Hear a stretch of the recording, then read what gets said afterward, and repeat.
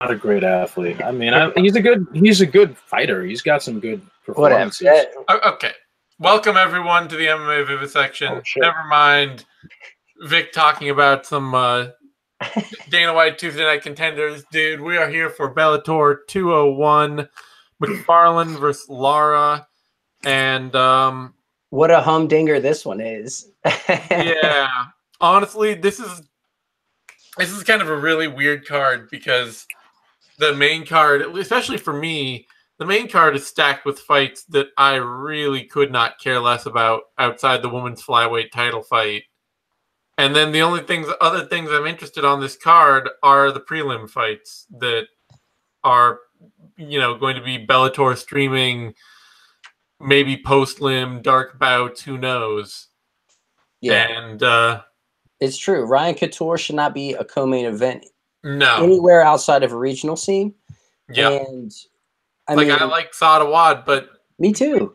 We've seen him kicking around Bellator main cards forever now, and I'm not enthused for Awad Ryan Couture at all. Nah, if it was Awad versus someone like an elite fighter, cool. Yeah. Also co-main event, but this is you want to open the card with this, fine.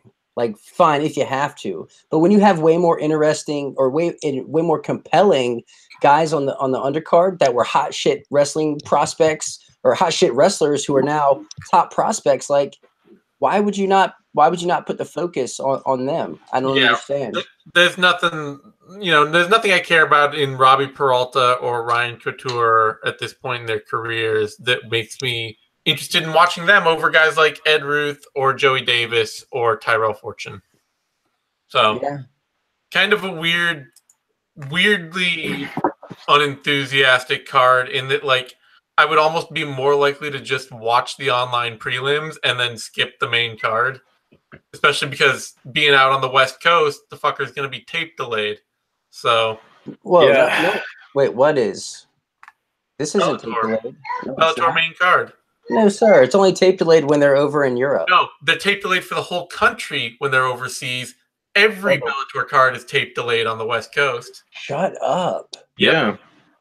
Not for long, though. You notice where at the top of Tapology where it says the time, it just says Friday at 9 p.m. Eastern time period. Yep. And it's 9 Pacific, too. It doesn't say, Eddie, it doesn't really. Actually, no, it does specify Eastern time, but it does. This one weirdly, but this time, it's always or you look at their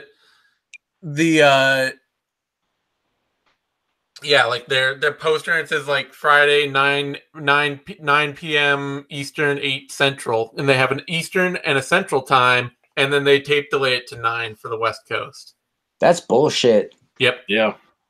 We got to throw up the E for the East Side if we can, real quick, for all my fellow East Siders. Fuck you! No. West Coast fans have it better. Aside from this, I mean, I would love for a fight card to be done by 10 p.m. I don't know what the fuck you're talking about. I appreciate that. Outside of this nonsense, they got it great, Eddie. So I'd reconsider. Let me have my moment. Let him. You know what? The East Coast is terrible. Let him have this. We're gonna resurrect the whole East Coast West Coast beef here on the Vivisection. That's right. We're gonna start here. But yeah, the prelims definitely probably more interest than what's going on in the we were just talking. I want to see Tyrell Fortune fight. I want to see Joey Davis fight. I'm even interested in Kerry Melendez. Yes. I don't, and Ed Ruth. I want to see Ed Ruth fight. These are people that when the Bellator's picked up that are potential. It's like getting Darian Caldwell. If you're gonna have Darian Caldwell here on, I don't want to watch him on the prelims. Put that on the main card, but it is what it is. Bellator's doing their own weird thing. I mean, I guess we should start out the happy news is for me as somebody who was kind of worried that Bellator might just fail and die in the next 3 or 4 years. This whole big streaming deal they got for the $1 million streaming deal, that probably confirms that they're going to be around for the near likely future. able to continue putting on events and paying people and all that. Because that should do more. Yeah, that should do more than just keep the lights on. So, I mean, good for them. Yeah. But the problem is that now you're also setting up a paywall to watch Bellator, which I don't know how fans are going to take to that. Be successful as a, I think it's a loss leader. I think they're just paying for something nobody's going to watch. But I don't know. They're still getting paid for it. That's what matters. Yeah, I guess. Yeah. It keeps the lights on. Yeah. Anyway. Let's jump right into the first fight of the main card. Now that we've talked about some of the prelims, and we're not going to go through them all because, as with every Bellator prelim card, you expect, like, there's just, they're not putting these fights together for Ed Ruth or Kerry Melendez or Joey Davis or Tyrell Fortune to lose. That's not the plan. We don't need to break that down. Let's jump in, though. First fight of the main card, a women's flyweight bout. Valerie Letourneau, Christina Williams. What do you got for me on this? I'm pretty stoked on Christina Williams. I wish she were in the main event fighting Elimele instead of Alejandro Lara getting the nod there. But you know what? She's fun. I like the way she comes out to kick people in the face. We saw that in her debut. She kicked Heather Hardy right in the schnoz, ruined her night, kind of disrupted her hype train also. Her hands... Almost 40-year-old former pro boxer hype train. Bellator was doing their damnedest. I know. Hardy was working it. I mean, they made that work for like 8 months. Everybody was like, Heather Hardy, oh my God, is she the next big thing? All right. So Williams, her hands are not particularly heavy, but they do come straight and they come in groups and they will set up her kicks. So she's pretty decent on the feet. Her head movement isn't exactly there. Emily Ducati was able to tag her quite a bit, even though she did wear it rather well. I was hesitant to pick her against Ducati due to her lack of experience. I mean, she was only 1-0 going into that fight. And I really needed to see her stuff a takedown. Ducati was able to get her down there in the first round, and Williams kind of just threw strikes from her back, and then the round expired. I did see her block. Are you smuggling children again, Vic? What's going on here? It's only one. I can't smuggle a group of them. It's only this one that I got living with me. So just the best one. All right. So the absolute greatest. Yes. I've seen Williams block like a foot sweep attempt, but like as soon as Ducati went for like a regular double leg, she was able to get it with relative ease. So I still really haven't seen Williams stuff or fight off a legitimate takedown attempt. And I definitely haven't seen her get back to her feet. I haven't seen her improve her position. I haven't seen her threaten with a sweep or a submission attempt. Like, I'm high on her, but she hasn't proved to me that she has layers to her all-around game. And she's fighting a veteran here in Valerie Letourneau, who a lot of UFC experience, who is well-rounded. We saw her chain subs together when she fought Kate Jackson in her Bellator debut. She was chaining sub after sub and then used it to ultimately get the sweep and find top position. But Letourneau comes to strike. Like, that's where she likes to fight. And I'm worried that she's going to give Williams the exact fight she wants by trying to kickbox with her.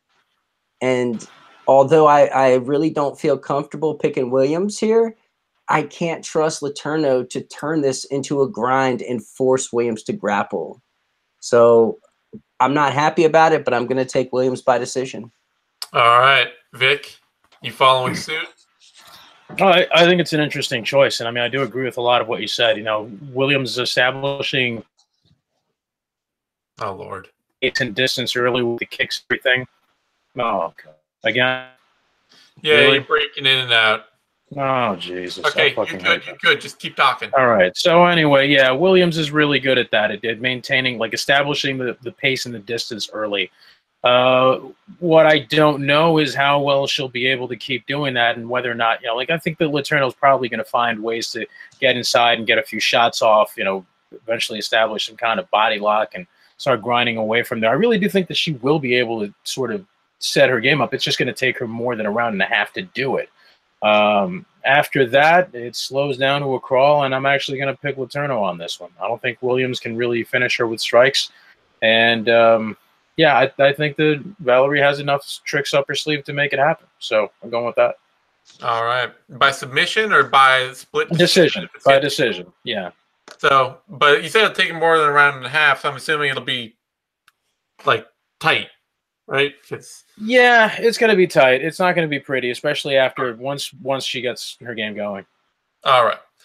That brings us... Oh, we got the odds for this, so I should jump in on them. Valerie Letourneau is the slight underdog, in fact. She opened at minus 215. The lines have only been open for a day, though, so that might change. But on paper, it makes no sense. But like, if you actually do a little bit of analysis, it's like, yeah, I can see that. She opened at minus 215, has adjusted up to about plus 103, and has slowly drifted back down to minus 112. Christina Williams opened at plus 165, adjusted down to minus 142, and is currently up at minus 122. So those odds are running near dead even. Well, what are they? Yeah. What are they seeing here? Like, Williams is only, like, she had 3 amateur fights, and she's only got 2 fights as a pro. Like, it seems like this is a little too early for her to be fighting someone like Letourneau, but I don't know. I disagree, though, because she just beat Emily Ducote, who fought for the title and made it very competitive. That's also true. She's been the former #1 contender, then why not fight for the belt? So that's all. I'd rather see that. It's also worth noting that since losing to Jędrzejczyk, Letourneau has looked pretty lethargic in all of her fights. Like, she just doesn't really look like somebody who's got a lot of passion and like a lot of drive like that. And part of that was the weight cut, obviously, in the UFC. But you know, she's at a point where she has to prove that she's still like the kind of fighter she used to be. Yeah. Brings us to a featherweight bout: Juan Archuleta versus Robbie Peralta. And Vic, what are you taking on this? Yeah, I'm not too thrilled about this one, man. I don't know. I just Peralta's found ways to win in fights, but it's not. It's just a weird thing to watch. Like, it's clunky to see him try to transition from strikes to takedowns and all that. And Archuleta is actually, you know, he's a pretty decent. He's a very, very decent fighter. He's a far better athlete all around. I mean, he's got better hand speed. He's just a lot more agile. So I really think that I'm going to go with Archuleta on this one by virtue of the fact that, I mean, 18-1, not the best opposition, but it's better than some of the cans that Peralta was beating earlier on in his career. And not only that, but the fact that he's just he seems to have everything going right for this particular kind of fight against that kind of opponent. You know, someone who isn't going to be very spry and someone who's not going to be it was going to take a while to be able to like adapt and start getting their counters on right. So I think he's going to be able to edge ahead. So I'm going to pick him by decision. Rob. All right. And Eddie, what are you taking? So Archuleta, he was that 3-division champ for the King of the Cage, really like the king of the regional scene. So his 18-1 record is quite inflated. It's puffy. Let's be honest. Yeah. It's puffy. I mean, it's a reasonable American regional record. He's not an explode or anything, but it's definitely like for 18-1, like you wonder why he didn't stop fighting these kind of fights at like 10-1, you know, when most guys, they get to that point where they got that record, they don't usually stick around long enough to double up on it and just keep beating regional level mid-tier opponents. Yeah, I don't know. It's definitely weird. So the record's puffy in my opinion. It is 18-1. Like 20 fights in, you should have been facing some real like at least somebody, right? Like by other top prospects. You should be facing other top prospects at that point. So as far as his skill set, like he's got skills everywhere, but not really particularly dangerous in one specific area where it's like you have to watch out for this or you need to keep an eye on that. It's all pretty generic. He won his Bellator debut by decision against the 17-14 William Joplin. And now he's facing a real veteran in Robbie Peralta. So I really expect to learn a lot about Archuleta here. Up until this point, he hasn't been tested enough to where we really know a lot about him. Peralta he's a Team Explode guy, and they get a lot of flack, but he's one that actually came up through Gladiator Challenge, made it to the UFC, went 4-4-1, which not bad for coming out of Team Explode. Yeah. And has definitely faced way better opposition, like hands down, without question. And he can win in any way, but he's also proven that he can lose in any way also. So he's like a true journeyman and just a great test for someone with an inflated record. I've never seen Archuleta compete against a legit vet, so I really have no idea how well he's going to do. So I'm going to take my Mohegan Sun coin right here, and I'm going to flip it. And I'm taking Juan Archuleta here by decision. I mean, really just fucking did that again. Like, even if Archuleta is not well tested, I gotta take it. I gotta pick him at this point, just for where he is in his career. I mean, benefit of the doubt, at least. Yeah. Even he's only 2 years younger than Robbie Peralta, as crazy as that is. Yeah, that is nuts. But not as many miles, though. No. Robbie's been in the game since 2007. Archuleta 2014. A lot harder miles, too. A lot harder miles. And so just without that wear and tear, and like at a point in his career when he really should be starting to really hit his stride, everything should be starting to click. I got to take a kid like that over Robbie Peralta, who has found many ways to lose fights and is just never been a technical fighter. He's always been an example of exactly how far you could get without ever, like, as a good athlete who never really learned how to fight. He's just always also like the time frame in which he came up in, was forgiving enough to allow for that. Yeah, that shit wouldn't fly today. No, he was a dude who had surprising speed, had surprising power, could shock people right out of the gate, and then they'd get into an actual fight and be like, you don't really wrestle or grapple or kickbox. You just kind of do whatever, and you do it really fast and as hard as you can. Odds on that bout, Juan Archuleta is a sizable favorite, opened at -246, adjusted up and down to -294, which is where he's sitting at now. It's wider than I would think it would be. Yeah, for a guy who really has only been facing mediocre opposition his whole career. Robbie Peralta opened at +175, adjusted up to +226, and that's where that line has stayed at the moment. It's tempting on Peralta, but there's no way that Peralta is trustworthy enough to place coin on. No, disrespect to him, but no, sorry. Yeah. All right. That brings us to our co-main event. Ryan Couture versus Awad in a catchweight bout, it appears, at 160 pounds. Why this fight needed to be contested at a special weight to get booked, I have no idea.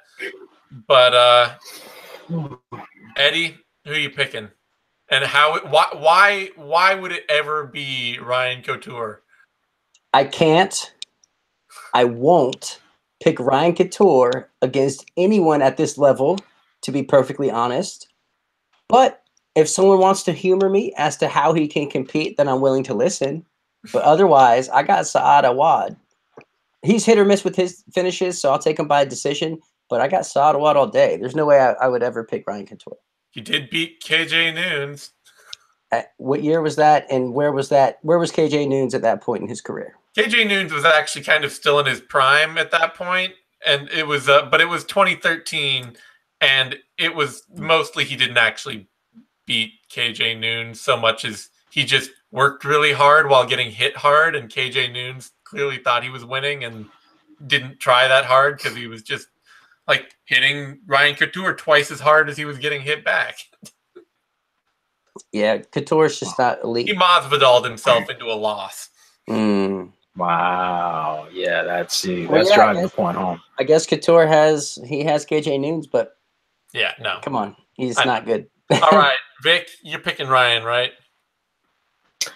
I mean, I like Ryan. He's a cool guy and all, He but is. like, You yeah, are I'm picking him, sorry. Vic. You are picking him. No, Admit it. Admit it. no, Let me see your notes. fuck Let me see you. your notes. Ryan's super down to earth. He knows exactly what his fighting career is all about. He's Yes. talked to him. He's Yes. like, yeah, no, I know I'm not a great athlete. I know I got to work harder than everybody else. I'm just trying to make the best out of everything. So love him. And that's why I respect him so much. Like, he knows what the fuck it is. So it's like, yeah, but no. I mean, come on. I think Awad's going to finish him by TKO, probably round 2. You know, he's been able to shuck off other wrestlers, and he's been able to stun guys with his shots. Like, I think that he's one of those cats that legitimately surprises some of his opponents with how hard he hits. Like, maybe when he step in there, he doesn't look like he's going to hit you that hard, but then he's, you know, you've seen this happen. Like Will Brooks, for example, that knockout that he had there, like, fuck, that was pretty brutal, you know, and he's done that to a couple of guys. Even if it doesn't lead to a finish, he's been very good at surprising with that. So I don't see why that wouldn't happen here. So yeah, Awad all day, fam. You know what I want to see? I want to see Ryan Couture versus CM Punk. That would be a one-sided.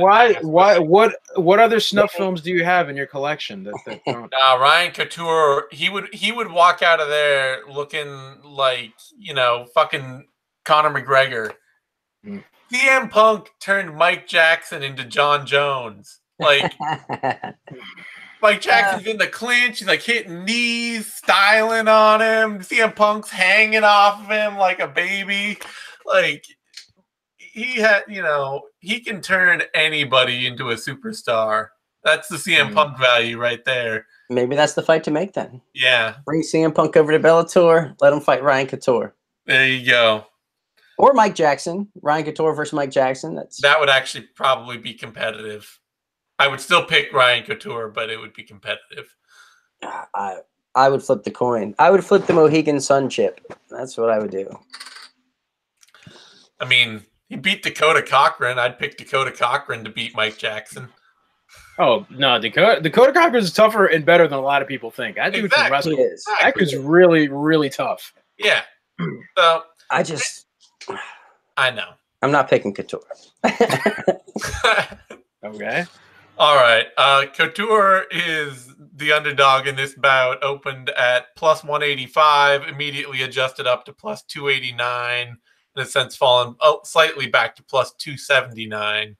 Awad opened at minus 265, adjusted all the way down to minus 391. In a sense, bumped up to minus 381. It sounds legit to me. Yeah, it sounds about right. Yeah, it sounds right. Yeah. All right, that brings us to our main event. Alamale McFarlane or Limale McFarlane versus Alejandra Lara. And Vic, who you taking? Yeah, I'm gonna go with McFarlane on this because, you know, Lara is a. There we go, Bug. Say hi, Bug. Say hi. Say hi, Eddie. Bug, who you taking? Who you taking in the main event there?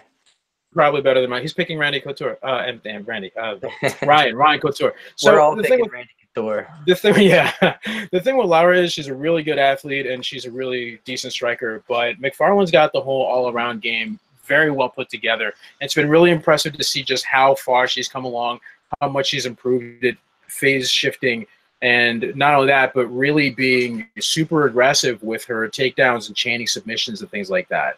I thought she would have much less. I thought she'd have a harder time with Emily Ducati, given the jiu-jitsu pedigree. But it's like, no, actually, she handled that fight very, very well. So I don't see why she wouldn't be able to put those same tools together and fight someone like Lara, who hasn't had the strongest competitions through no fault of her own, really. I mean, she's fought some pretty good fighters, but just, I don't know, man. I don't know if she's really like on this level yet. Maybe the experience that she'll net and gain from this fight will get her to that point mentally and through her training, but I'm not really seeing it right now. Yeah, so I wouldn't bank on the upset here.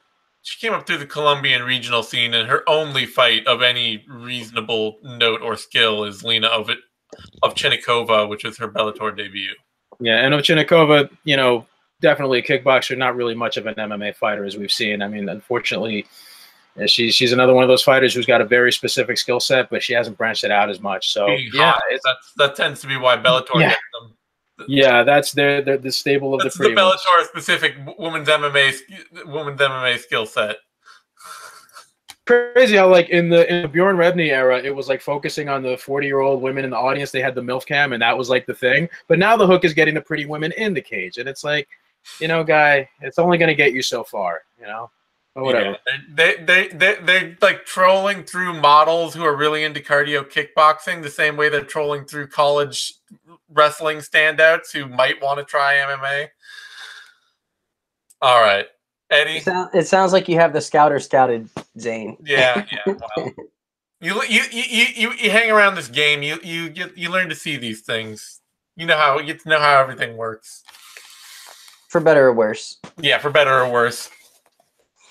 Of course I'm taking McFarland here. You know, I have no reason not to. The biggest thing for me is watching her fight Emily Ducote and then 11 months later fighting her again and how much improved she looked in just 11 months. I mean, the way she tightened up her boxing is just, it's almost astonishing. I mean, she looked completely different. Like she's in there ripping to the body and using that to get inside. And then like Vic was saying, her face shifting once inside, instantly going to the knees and then going to the takedown and then transitioning, going for submissions. And I mean, it's a fluid game and every facet she knows what to do or she knows what she's trying to do. And there's very little hesitation from position to position. So she's pretty damn good. And that finish of Ducote, holy shit. Like that triangle armbar, that was intense. Her 10th planet jiu-jitsu is really phenomenal. And there's no way I can really pick against her. Lara, she's, you know, she seems to be a pretty reasonable grappler. Like she has her own skill set, but on the feet, like she's super flat-footed. She has like this boxing karate stance kind of bouncing up and down thing going for her. And I feel like she's there to be hit. And even if the ground game were even, in which it's probably not, she's still going to get pieced up on the feet. So I've seen McFarland go 5 rounds or in a 5-round fight. Lara's never been booked for 25 minutes. That's just another X factor, just another reason for me to pick McFarland here. And I wouldn't be surprised if she gets a TKO of some sort. So McFarland inside the distance. All right. McFarlane is a sizable favorite. Opened at -475, adjusted up to -396. That's where it is right now. And Lara opened at +325, adjusted down to +294, and that's where that is at the moment too. So 2 things before we pack this in. Number one, very, very important. Very happy birthday to that guy, Zane Simon. Hey, is this your birthday, Zane? Tomorrow.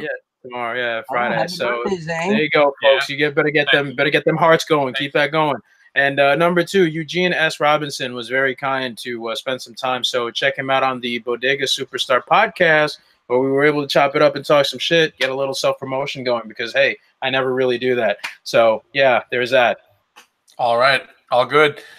Thanks, everyone, for joining us. You can find me on Twitter at @TheZaneSimon. You can find Eddie on Twitter at @TheEddieMercado. You can find Vic on Twitter at VicMRodriguez. You can find all 3 of us over at BloodyElbow.com. If you're watching us on YouTube, and you should be, give this video a thumbs up. That's the like thing right there, down there. That helps us a ton.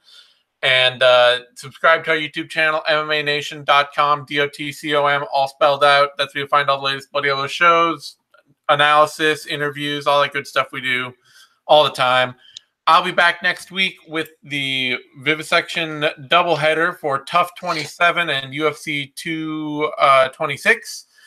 And we'll have If I Did It and Heavy Hands and 6-round post-fight show and all that good stuff we normally do. So thanks, everyone, tuning in, and we will be back soon.